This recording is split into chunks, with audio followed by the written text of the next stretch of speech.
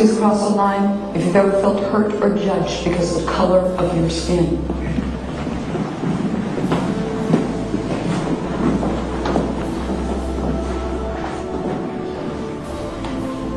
And please cross the line if you've ever been teased or hurt because somebody thought you were fat or too big.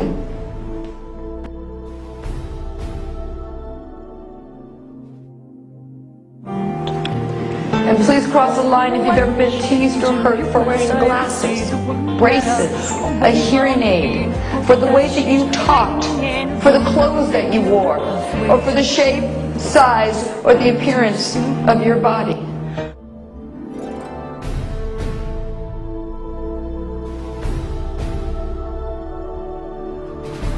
We laugh at sheep because sheep just follow the one in front. Ah, stupid sheep. We humans have out-sheeped the sheep because at least the sheep need a sheepdog to keep them in line. Humans keep each other in line.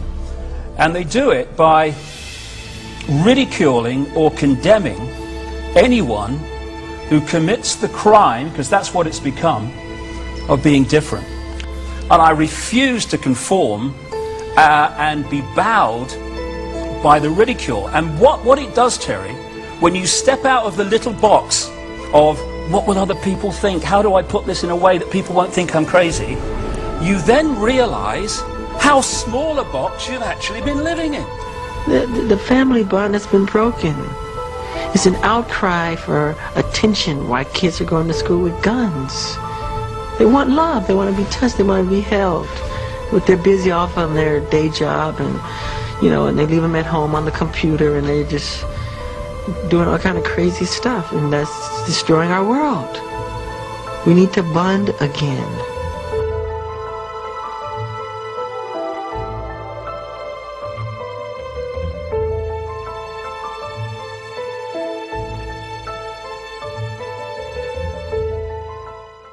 Or bridging the freedom of speech, or of the press, or of the right of the people peaceably to assemble and petition the government for a redress of grievances. You will not presume to lecture this committee, That's the First Amendment, Mr. Chairman. It's everything we're about, if only we'd live up to it. It's the most important part of the contract every citizen has with this country. And even though these contracts, the Constitution, and the Bill of Rights, even though they're just pieces of paper with signatures on them, they're the only contracts we have that are most definitely not subject to renegotiation.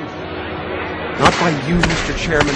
Mr. Appleton. Not by you, Mr. Clyde. You will stand down, sir. Not by anyone. Ever. Too many people have paid for this contract in blood. Enough, sir. You are out of order.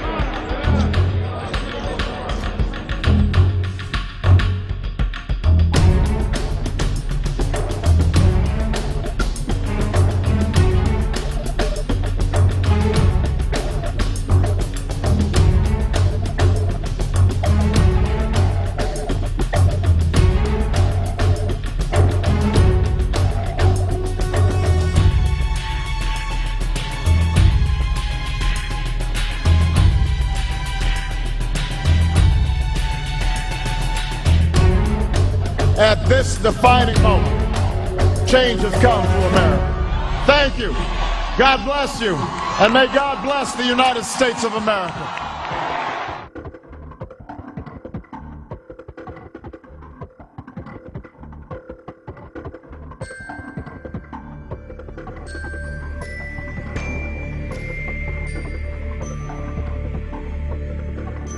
Right now, we're building an embassy in Iraq that's bigger than the Vatican. We're building 14 permanent bases. What would we say here if China was doing this in our country or in the Gulf of Mexico?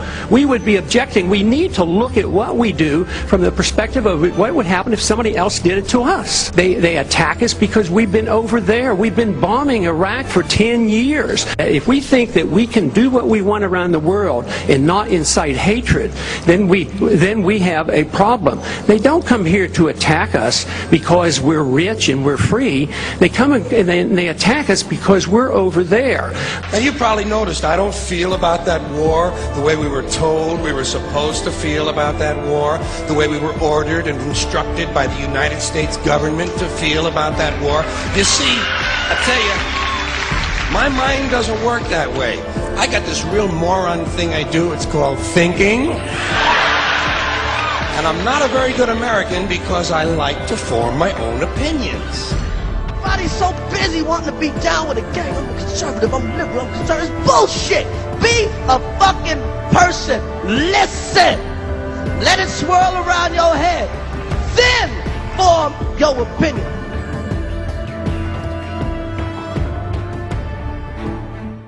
Television is not the truth.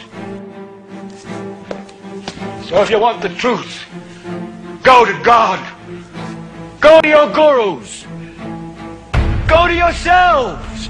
Because that's the only place you're ever going to find any real truth. But you people sit there day after day, night after night, all ages, colors, creeds. We're all you know. You're beginning to believe the illusions we're spinning here. You're beginning to think that the tube is reality and that your own lives are unreal. You do whatever the tube tells you. You dress like the tube. You eat like the tube. You raise your children like the tube. You even think like the tube. This is mass madness, you maniacs. In God's name, you people are the real thing. We are the illusion. Don't give yourselves to brutes. Men who despise you, enslave you, who regiment your lives, tell you what to do, what to think, and what to feel, who drill you, diet you, treat you like cattle, use you as cannon fodder. Don't give yourselves to these unnatural men, machine men with machine minds and machine hearts. You are not machines. You are not cattle. You are men. You, the people, have the power to create machines, the power to create happiness. You, the people, have the power to make this life free and beautiful, to make this life a wonderful adventure. We know the air is unfit to breathe and our food is unfit to eat. We sit watching our TVs while some local newscaster tells us that today we had 15 homicides and 63 violent crimes, as if that's the way it's supposed to be. We know things are bad, worse than bad.